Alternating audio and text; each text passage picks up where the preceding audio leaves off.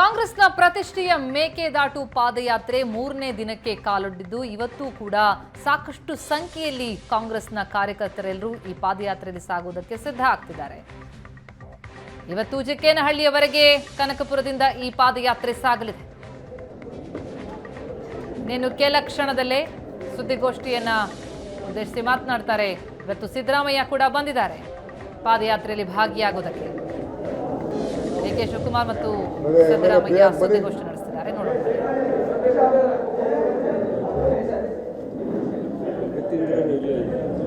ನೋಡಿ, ಚೇರ್ ಮೇಲೆ ಯಾರು MLAಗಳು ಬಿಟ್ಟು ಇದು ಪ್ರೆಸ್ ಅವ್ರು ಬಿಟ್ಟು ಯಾರು ಕೂತ್ಕೋಬಾರ್ದು, ಯಾವ ವರ್ಕರ್ ಕೂತ್ಕೋಬಾರ್ದು. ನಿಮ್ಗೆ ಹೇಳ್ತಾ ಇದ್ದೀನಿ ನಾನು. ರಾಜಣ್ಣ, ನಿಮ್ಗೂ ಪಕ್ಕದಲ್ಲಿರೋರೆಲ್ಲ ಹೇಳ್ತೀನಿ ಕೇಳಿ. ದಯವಿಟ್ಟು ಇದು ಪ್ರೆಸ್ ಕಾನ್ಫರೆನ್ಸ್ ಪಾದಯಾತ್ರೆ ನಡೀಬೇಕು. ಸುಮ್ಮನೆ ನನಗೆ ಕೋಪ ಬರಂಗ್ ಮಾಡಬೇಡಿ ನೀವು. ಮಹೇಶ್ ಎಲ್ಲ ಖಾಲಿ ಮಾಡ್ಕೊಂಡು ಹೊರಡಿ ಹಿಂದಕ್ಕೆ, ಪ್ಲೀಸ್. ಎಲ್ಲ ಹೊರಡಿ ಹಿಂದಕ್ಕೆ ಹೊರಡಿ. ಪ್ರೆಸ್ ಕಾನ್ಫರೆನ್ಸ್ ಅಲ್ಲಿ ಯಾವ್ದು ಏನು ಹಂಚಾಲ ಇಲ್ಲ ನಾವು.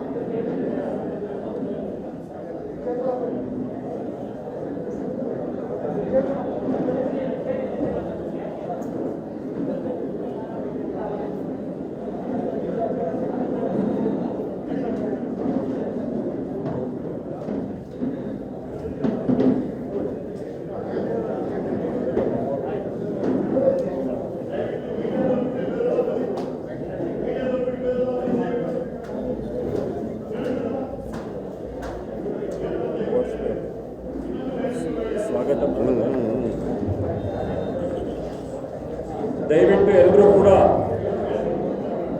ಯಾರು ಕೂಡ ಶಬ್ದ ಮಾಡಬಾರ್ದು. ತಮ್ಮ ಮೊಬೈಲ್ಗಳನ್ನ ದಯವಿಟ್ಟು ಸ್ವಿಚ್ ಆಫ್ ಮಾಡಬೇಕು. ಈ ಒಂದು ಪತ್ರಿಕಾಗೋಷ್ಠಿ ಕಾರ್ಯಕ್ರಮಕ್ಕೆ ಆಗಮಿಸಿರ್ತಕ್ಕಂಥ ಎಲ್ಲ ಗೌರವಾನ್ವಿತ ದೃಶ್ಯ ಮಾಧ್ಯಮ ಮತ್ತು ಪತ್ರಕರ್ತ ಸ್ನೇಹಿತರಿಗೆ ಕರ್ನಾಟಕ ಪ್ರದೇಶ ಕಾಂಗ್ರೆಸ್ ಸಮಿತಿಯಿಂದ ಸ್ವಾಗತವನ್ನು ಬಯಸಿ, ಈ ದಿವಸ ತಮಗೆ ಈಗಾಗಲೇ ಗೊತ್ತಿದೆ, 2 ದಿವಸಗಳ ಕಾಲ ಪಾದಯಾತ್ರೆ ಮುಗಿದು 3ನೇ ದಿವಸ ಇವತ್ತು ಪ್ರಾರಂಭ ಆಗ್ತಿದೆ. ಈ ಒಂದು ಸಂದರ್ಭದಲ್ಲಿ ನಮ್ಮ ನೆಚ್ಚಿನ ನಾಯಕರಾದಂಥ ಮಾನ್ಯ ಸಿದ್ದರಾಮಯ್ಯ ಸಾಹೇಬರು ಪತ್ರಿಕಾಗೋಷ್ಠಿಯನ್ನು ಉದ್ದೇಶಿಸಿ ಮಾತನಾಡ್ತಾರೆ. ನಿನ್ನೆ ತಾನೇ ಮಾನ್ಯ ಅಧ್ಯಕ್ಷರಾದಂಥ ಡಿಕೆ ಶಿವಕುಮಾರ್ ಅವರು ನಿನ್ನೆ ಪತ್ರಿಕಾಗೋಷ್ಠಿಯನ್ನು ಮಧ್ಯಾಹ್ನ ಮಾಡಿದ್ದಾರೆ. ಈಗ ತಮ್ಮನ್ನು ಉದ್ದೇಶಿಸಿ ಪತ್ರಿಕಾಗೋಷ್ಠಿಯನ್ನು ನಮ್ಮ ನಾಯಕರಾದಂಥ ಮಾನ್ಯ ಸಿದ್ದರಾಮಯ್ಯ ಸಾಹೇಬರು ನೆರವೇರಿಸಿಕೊಡ್ತಾರೆ. ಮತ್ತು ಈ ಒಂದು ಸಂದರ್ಭದಲ್ಲಿ ಪತ್ರಿಕಾಗೋಷ್ಠಿ ಕಾರ್ಯಕ್ರಮದಲ್ಲಿ ಕಾರ್ಯಾಧ್ಯಕ್ಷರಾದಂಥ ಮಾನ್ಯ ಸಲೀಂ ಅಹಮದ್ ಅವರು, ಇಂಡಿಯನ್ ಯೂತ್ ಕಾಂಗ್ರೆಸ್ನ ಅಧ್ಯಕ್ಷರಾದಂಥ ಮಾನ್ಯ ಶ್ರೀನಿವಾಸ್ ಅವರು ಮತ್ತು ನಮ್ಮ AICC ಕಾರ್ಯದರ್ಶಿಗಳಾದಂಥ ಮಾನ್ಯ ಮೋಹನ್ ಅವರು, ಶಾಸಕರಾದಂಥ ಪ್ರಿಯಾಂಕ್ ಖರ್ಗೆ ಅವರು, ಡಾಕ್ಟರ್ ಯತೀಂದ್ರ ಅವರು, ಡಾಕ್ಟರ್ ನಮ್ಮ ರಾಜಶೇಖರ್ ಅವರು ಮತ್ತು ಮಾಜಿ ಶಾಸಕರಾದಂಥ ಮಾನ್ಯ ಅಂಜನ್ ಮೂರ್ತಿ ಅವರು, ಮಾಜಿ ಸಚಿವರು, ಮತ್ತು ನಮ್ಮ ಕೋನ್ ರೆಡ್ಡಿ ಅವರು, ಮಾಜಿ ಶಾಸಕರು, ಮತ್ತು ಮುಖ್ಯಮಂತ್ರಿ ಚಂದ್ರು ಅವರು ಕೂಡ ಹಾಜರಿದ್ದಾರೆ. ಮತ್ತು ನಮ್ಮ ನಾರಾಯಣ ಸ್ವಾಮಿ ಅವರು, ವಿಧಾನ ಪರಿಷತ್ನ ಮಾಜಿ ಸಚೇತಕರು ನಾರಾಯಣ ಸ್ವಾಮಿ ಅವರು. ಪ್ರದೇಶ ಕಾಂಗ್ರೆಸ್ ಸಮಿತಿಯ ಅಧ್ಯಕ್ಷರಾದ ಡಿಕೆ ಶಿವಕುಮಾರ್ ಅವರೇ, ಕಾರ್ಯಾಧ್ಯಕ್ಷರುಗಳೇ, AICC ಕಾರ್ಯದರ್ಶಿಗಳೇ, ರಾಷ್ಟ್ರೀಯ ಯುವ ಕಾಂಗ್ರೆಸ್ನ ಅಧ್ಯಕ್ಷರಾದಂಥ ಶ್ರೀನಿವಾಸ್ ಅವರೇ, ಇತರ ಎಲ್ಲ ಮುಖಂಡರುಗಳೇ,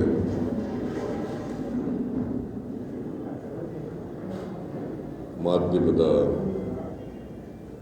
ಎಲ್ಲ ಸ್ನೇಹಿತರು, ನಿನ್ನೆ ನಾನು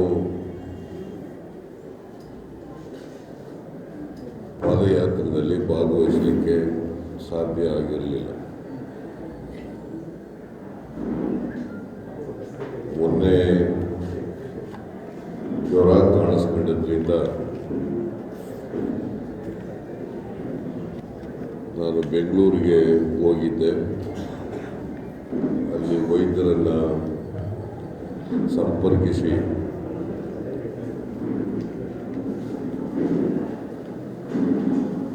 ವೈದ್ಯರು ಸೂಚಿಸಿದ ಚಿಕಿತ್ಸೆಯನ್ನು ಪಡ್ಕೊಂಡು ಇಡೀ ದಿನ ವಿಶ್ರಾಂತಿಯನ್ನು ಪಡೆದು ಜ್ವರ ಬಿಟ್ಟ ಮೇಲೆ ಇವತ್ತು ಮತ್ತೆ ಪಾದಯಾತ್ರೆಯಲ್ಲಿ ಭಾಗವಹಿಸ್ತಾ ಇದ್ದೇನೆ.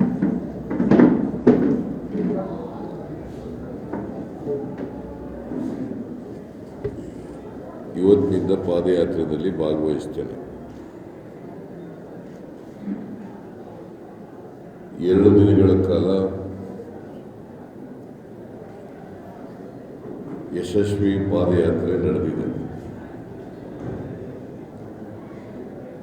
ಡಿ.ಕೆ. ಶಿವಕುಮಾರ್ ಅವರು 2 ದಿನವೂ ಕೂಡ ಪೂರ್ಣವಾಗಿ ಪಾದಯಾತ್ರೆಯಲ್ಲಿ ಭಾಗವಹಿಸಿದ್ದಾರೆ. ಅವರ ಜೊತೆಯಲ್ಲಿ ಅನೇಕ ಜನ ನಮ್ಮ ಕಾರ್ಯಾಧ್ಯಕ್ಷರುಗಳು, ರಾಜ್ಯದ ಮುಖಂಡರುಗಳು, ಶಾಸಕರುಗಳು, ಮಾಜಿ ಶಾಸಕರುಗಳು ಭಾಗವಹಿಸಿದ್ದಾರೆ. ನಿನ್ನೆ ಚಾಮರಾಜನಗರ ಜಿಲ್ಲೆಯಿಂದ ನಮ್ಮ ಕಾರ್ಯಕರ್ತರು ಬಂದು ಭಾಗವಹಿಸಿ ಪಾದಯಾತ್ರೆಯನ್ನು ಹೆಚ್ಚು ಯಶಸ್ವಿಯಾಗಲಿಕ್ಕೆ ಕಾರಣಕರ್ತರಾಗಿದ್ದಾರೆ. ಇವತ್ತು ಕೂಡ ಮೈಸೂರು ಜಿಲ್ಲೆಯ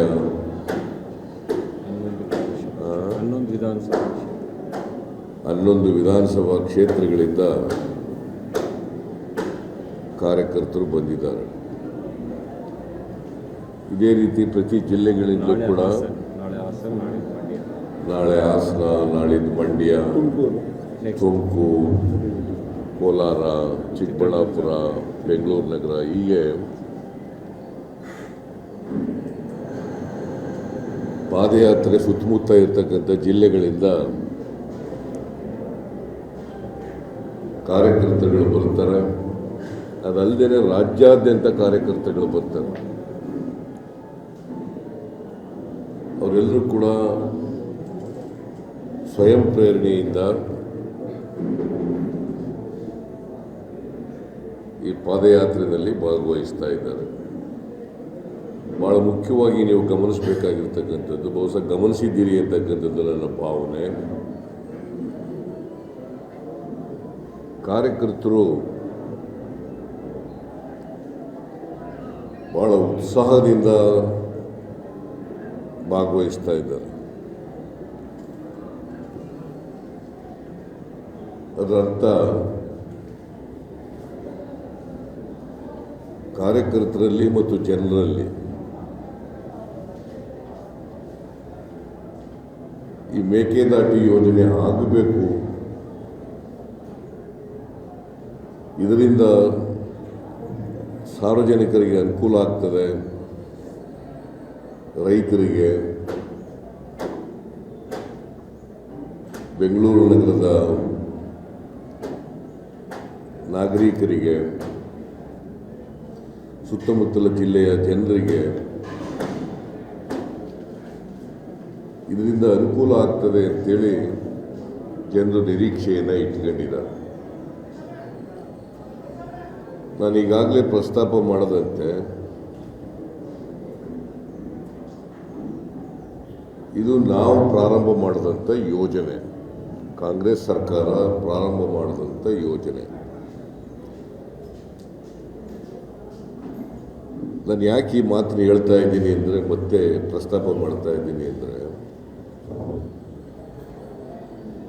ಕಾರಜೋಳ ಅವರು ಪ್ರತಿದಿನ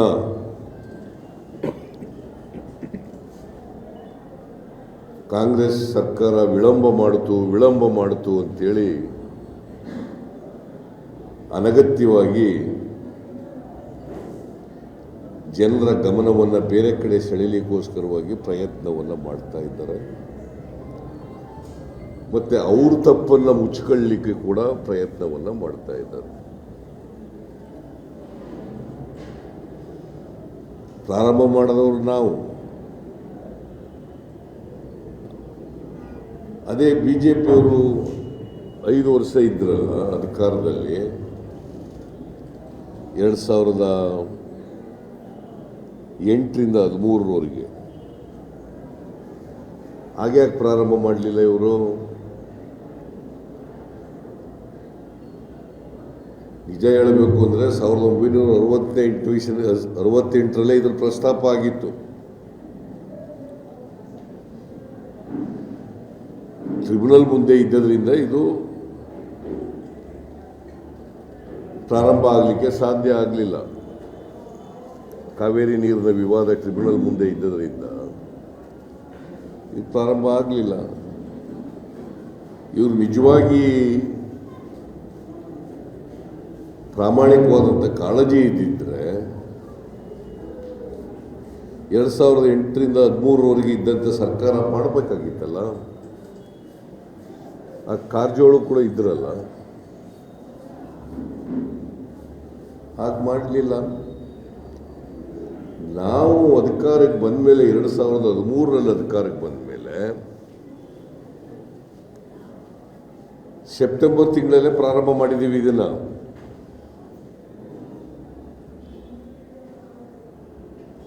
ಪಾಲಿ ನಾರಿಮನ್ ಅವ್ರ ಜೊತೆ ಮಾತನಾಡಿ ಇದಕ್ಕೆ ಚಾಲನೆ ಕೊಟ್ಟವ್ರು ನಾವು.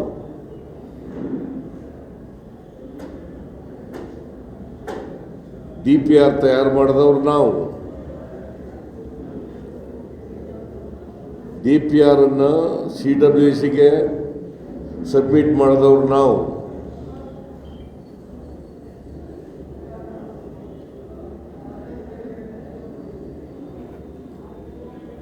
ಆಮೇಲೆ ಫೀಸಿಬಿಲಿಟಿ ರಿಪೋರ್ಟ್ ಅನ್ನು ಕೊಟ್ಟವರು ನಾವು. ಇವ್ರದ್ದು ಏನು ಕಾಂಟ್ರಿಬ್ಯೂಷನ್ ಅಂತ ಹೇಳಬೇಕಲ್ಲ. ನನಗೆ ಬಹಳ ಆಶ್ಚರ್ಯ ಆಗೋದು ಏನು ಅಂತಂದ್ರೆ, ಕಾರಜೋಳ ಕಾಂಗ್ರೆಸ್ನವರು ವಿಳಂಬ ಮಾಡಿದ್ರು ಅಂತ ಹೇಳ್ತಾರೆ. What they have done in 2.5 years ಅನ್ನೋದು ಹೇಳೋದಿಲ್ಲ. 2.5 ವರ್ಷದಲ್ಲಿ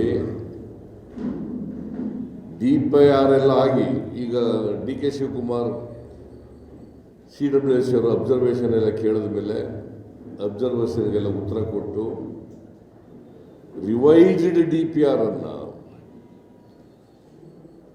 ರಿವೈಸ್ಡ್ DPR ಯಾಕಂತಂದ್ರೆ ಶಿವಕುಮಾರ್ ಇರುವಾಗ ಆಗ ಲ್ಯಾಂಡ್ ಕಾಸ್ಟ್ ಅನ್ನ ಜಾಸ್ತಿ ಮಾಡಿದ್ರು. 4 ಟೈಮ್ಸ್ 8 ಲಕ್ಷ ಇದ್ರೆ 32 ಲಕ್ಷ ಮಾಡೋದು ಲ್ಯಾಂಡ್ ಅಕ್ವಿಷನ್. ಹಾಗಾಗಿ 6,912 ಕೋಟಿ ರೂಪಾಯಿ ಮಾಡಿದ್ದು ನಾವು. ಶಿವಕುಮಾರ್ ವಾಟರ್ ರಿಸೋರ್ಸಸ್ ಮಿನಿಸ್ಟರ್ ಇರುವಾಗ ಅದನ್ನ 9,000 ಕೋಟಿ ರೂಪಾಯಿ ಮಾಡಿ. ನೀವೇನು ಮಾಡಿದ್ರಿ ಮಿಸ್ಟರ್ ಕಾರಜೋಳ್? ಬಸವರಾಜ ಬೊಮ್ಮಾಯಿ ಹೇಳಬೇಕು. ಪಾಪ ಬಸವರಾಜ ಬೊಮ್ಮಾಯಿ ಇವ್ರ ಮೂಲಕ ಮಾಡಿಸ್ತಾ, ಕಾರಜೋಳ ಮೂಲಕ ದಿನ ಒಂದೊಂದು ಸ್ಟೇಟ್ಮೆಂಟ್ ಕೊಡಪ್ಪ, ಅಡ್ವರ್ಟೈಸ್ಮೆಂಟ್ ಕೊಡಪ್ಪ ಅಂತ ಎಲ್ಲ ಮಾಡಿಸ್ತಾ ಇದ್ದಾರೆ. ನೀವೇನು ಮಾಡಿದ್ರಿ? What is your contribution?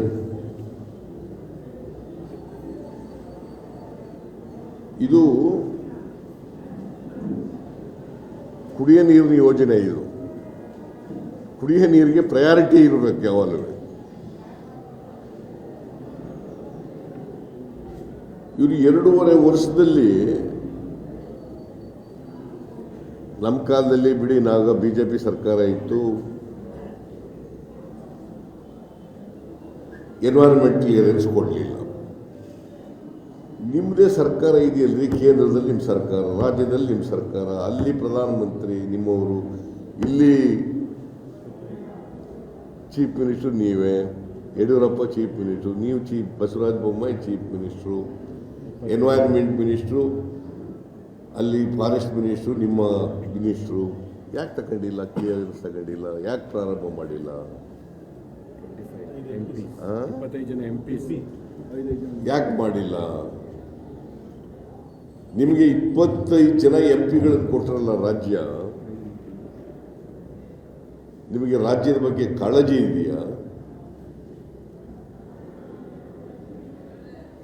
ನಿಮಗೆ ಪ್ರಾಮಾಣಿಕತೆ ಇದೆಯಾ? ಇಷ್ಟೊಂದು 2.5 ವರ್ಷ ವಿಳಂಬ ಮಾಡಿದ್ದೀರಲ್ಲ. ಆ ಕಾರಣಕ್ಕೋಸ್ಕರ ಜನರ ಹಿತದೃಷ್ಟಿಯಿಂದ ಬೆಂಗಳೂರು ನಗರದ ಜನರಿಗೆ ಕುಡಿಯೋ ನೀರು ಕೊಡಬೇಕು, ಸುತ್ತಮುತ್ತಲ ಪ್ರದೇಶಗಳ ಜನರಿಗೆ ಕುಡಿಯೋ ನೀರು ಕೊಡಬೇಕು.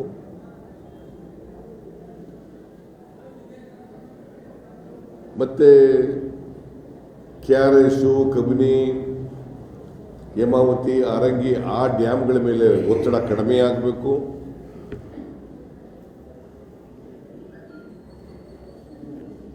ಸುಮಾರು 2.5 ಕೋಟಿ ಜನರಿಗೆ ಅನುಕೂಲ ಆಗ್ತಕ್ಕಂಥ ಇದು ಪ್ರಾಜೆಕ್ಟ್. ಮತ್ತು ಇದು ತಮಿಳುನಾಡಿಗೆ ಕರ್ನಾಟಕ ಎರಡಕ್ಕೂ ಅನುಕೂಲ ಆಗೋಂಥ ಪ್ರಾಜೆಕ್ಟ್. ತಮಿಳುನಾಡಿಗೆ ಏನೇನೂ ತೊಂದರೆ ಆಗಲ್ಲ. ಇದು ಪರಿಸ್ಥಿತಿ, ಕಾನೂನನ್ನ ತೊಡಕಿಲ್ಲ. ತಮಿಳುನಾಡಿನವರು ಅರ್ಜಿ ಹಾಕೊಂಡಿದ್ದಾರೆ ಇದನ್ನು ನಿಲ್ಲಿಸಬೇಕು ಅಂತ. ಅಲ್ಲಿ ಸುಪ್ರೀಂ ಕೋರ್ಟ್ನವರು ಇವ್ರಿಗೆ ಮನ್ನಣೆ ಕೊಟ್ಟಿಲ್ಲ, ಸ್ಟೇ ಕೊಟ್ಟಿಲ್ಲ.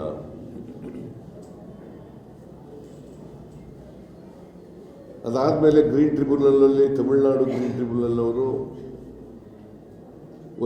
ಇದು ಮಾಡಿದರು, ಒಂದು ಆದೇಶ ಮಾಡಿದರು. ಏನಪ್ಪ ಅಂತಾರೆ, ಒಂದು ಕಮಿಟಿ ರಚನೆ ಮಾಡಬೇಕು, ಕಮಿಟಿಯವ್ರು ನೋಡ್ಕೊಬಂದು ಕರ್ನಾಟಕದಲ್ಲಿ ಪ್ರಾರಂಭ ಮಾಡಿದಾರೋ ಇಲ್ವೋ ಅಂತ ತಿಳಿಸಬೇಕು ಅಂತ ಮಾಡಿದರು. That orders has been struck down by the National Green Tribunal. Supreme court ಮುಂದೆ ಇಲ್ಲ, ಗ್ರೀನ್ ಟ್ರಿಬ್ಯುನಲ್ ಮುಂದೆ ಇಲ್ಲ ಆದೇಶ ತಮಿಳುನಾಡು ಪರವಾಗಿ, ಮತ್ತು ಕಾವೇರಿ ರಿವರ್ ಮ್ಯಾನೇಜ್ಮೆಂಟ್ ಅಥಾರಿಟಿ ಮುಂದೆನೂ ಕೂಡ ಇಲ್ಲ. So legally there is no impediment at all. ಅದರಿಂದ ನಾವು ಇಷ್ಟೊಂದು ವಿಳಂಬ ಆಗಿದೆ, ಕುಡಿಯೋ ನೀರು ಕೊಡಬೇಕು ನಾವು ಅಂತ ಹೇಳಿ ಒಂದು ಬ್ಯಾಲೆನ್ಸಿಂಗ್ ರಿಸರ್ವಾಯರ್ ಮಾಡಬೇಕು ಅನ್ನೋದು ನಮ್ಮ ಉದ್ದೇಶ. ನಮ್ಮ ಸರ್ಕಾರ ಇದನ್ನು ಪ್ರಾರಂಭ ಮಾಡಿದ್ದೀವಿ. ಅಲ್ಲಿ 67 TMC ನೀರನ್ನು ಶೇಖರಣೆ ಮಾಡ್ತೀವಿ. ಬೆಂಗಳೂರು ನಗರಕ್ಕೆ ನೀರು ಕೊಡ್ತೀವಿ. ಯಾಕಂದರೆ ಬೆಂಗಳೂರು ನಗರದಲ್ಲಿ 30% ಜನರಿಗೆ ಇವತ್ತು ಕಾವೇರಿ ನೀರು ಕೊಡೋಕ್ಕಾಗಿಲ್ಲ. ಮತ್ತು ವೇಗವಾಗಿ ಬೆಳೀತಾ ಇರ್ತಕ್ಕಂಥ ನಗರ, ಅಂತಾರಾಷ್ಟ್ರೀಯ ಖ್ಯಾತಿ ಇರ್ತಕ್ಕಂಥ ನಗರ.